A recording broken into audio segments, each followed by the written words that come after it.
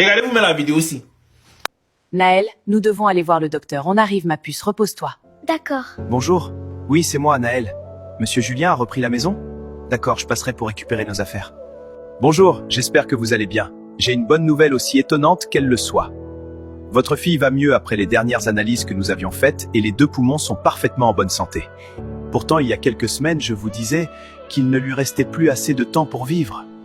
Mon Dieu honore toujours notre foi en lui. Comme tout va bien maintenant, elle pourra sortir dès demain si vous le souhaitez. D'accord, merci. De rien. Merci beaucoup, docteur. Maman, comme tu l'as vu, j'ai eu 2 appels. Le premier est celui du licenciement, le second est celui de la perte de la maison. Cette maison n'était pas à mon nom car je ne suis pas encore majeur et je l'avais mise au nom de Monsieur Julien. Nous allons reprendre à zéro.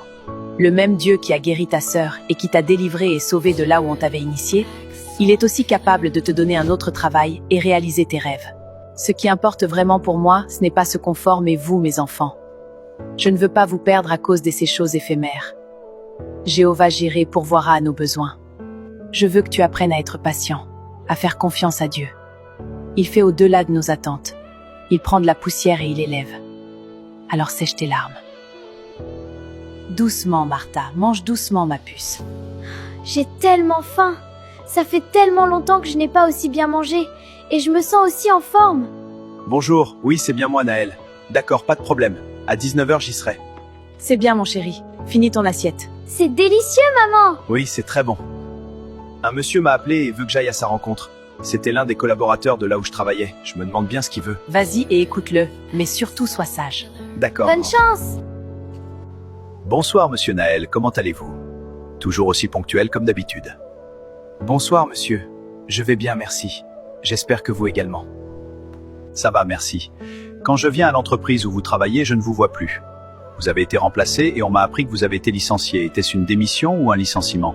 C'est une longue histoire. Une très longue histoire même. Mais pour répondre à votre question, c'était un licenciement. Je comprends. Mais bon, ce sont eux qui ont perdu, pas vous, cher brillant homme. Je veux que vous travailliez avec moi. Ça vous dirait? Vous serez le directeur adjoint dans ma société. Bien sûr. Merci vraiment pour l'offre et pour la reconnaissance de mes compétences. Super. Demain, est-ce possible de commencer? Pas de problème.